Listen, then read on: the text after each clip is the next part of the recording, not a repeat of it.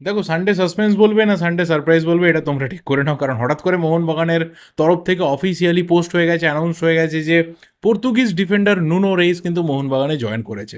এবং সেই জয়েনিংটা হওয়ার পর থেকে, সেই সিগনেচার হওয়ার পর থেকে ন্যাচারালি বহু থিওরি উঠে আসছিল, যতক্ষণ না আমরা এক্সাক্ট ব্যাপারটা কেউ জানতে পারছিলাম।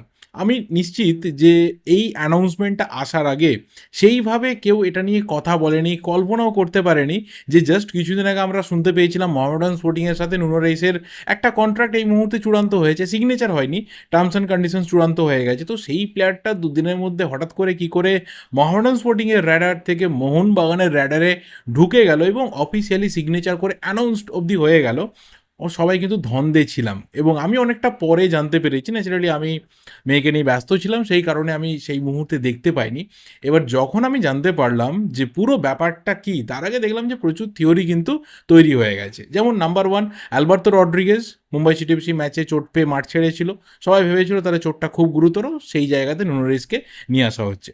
কেউ মনে করেছিল টম অলরেডের পারফরমেন্স নিয়ে মোহনবাগান কোচ ম্যানেজমেন্ট তারা খুশি না, তাকে ছেড়ে দেওয়া হচ্ছে এবং সেই পরিবর্তে নুনো রেইসকে নিয়ে আসা হচ্ছে।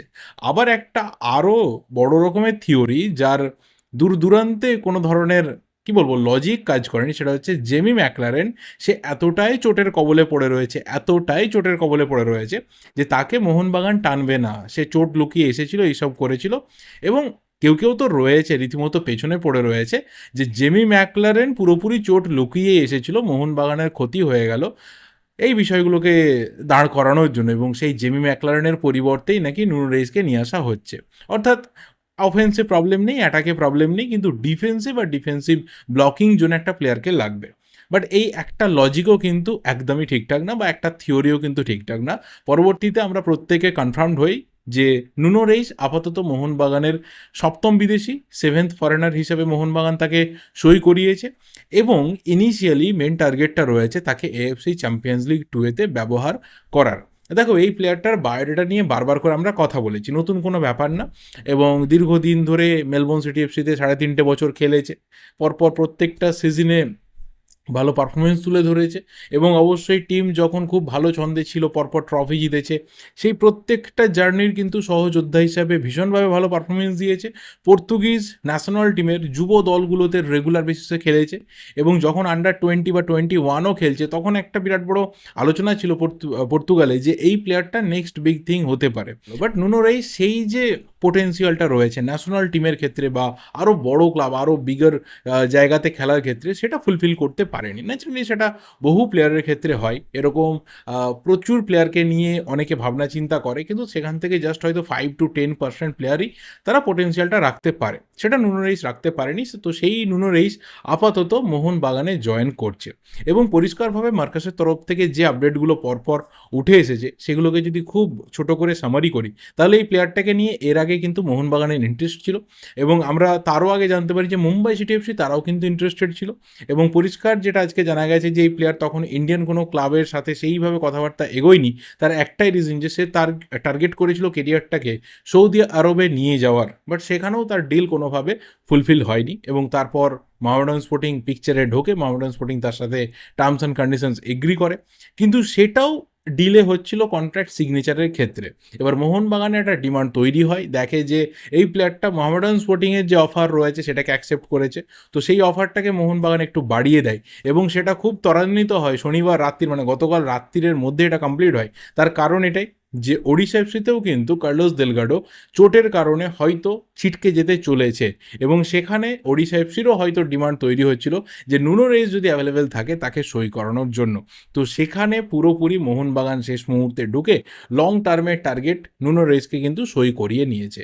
এবং এর পাশাপাশি আরও যেটা জানা গেছে যে এফসি চ্যাম্পিয়ন্স লিগ 2 এর খাতিরেই কিন্তু সেভেন্থ ফরেনার হিসেবে নুনো রেইসকে নিয়ে আসা হয়েছে, কারণ এটা আমরা জানি যে মোহনবাগানের আপাতত ডিফেন্সের কী অবস্থা রয়েছে।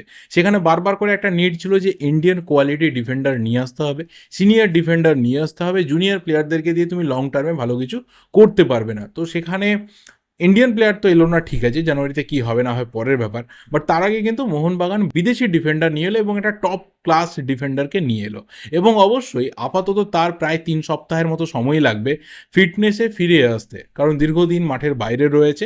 ফিটনেস একটা অবশ্যই ইস্যু এই ধরনের প্লেয়ারদের ক্ষেত্রে, যেহেতু এজটাও বেড়ে গেছে।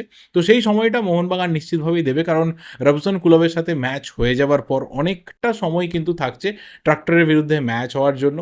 তো সেই সময়টাতে কিন্তু অবশ্যই নুনো রেইস টিমের সাথে ফিট করে যাবে, টিমের সাথে নিশ্চিতভাবেই যে কম্বিনেশন রয়েছে ডিফেন্সিভ জায়গাতে সেটাকে তৈরি করে নিতে পারবে।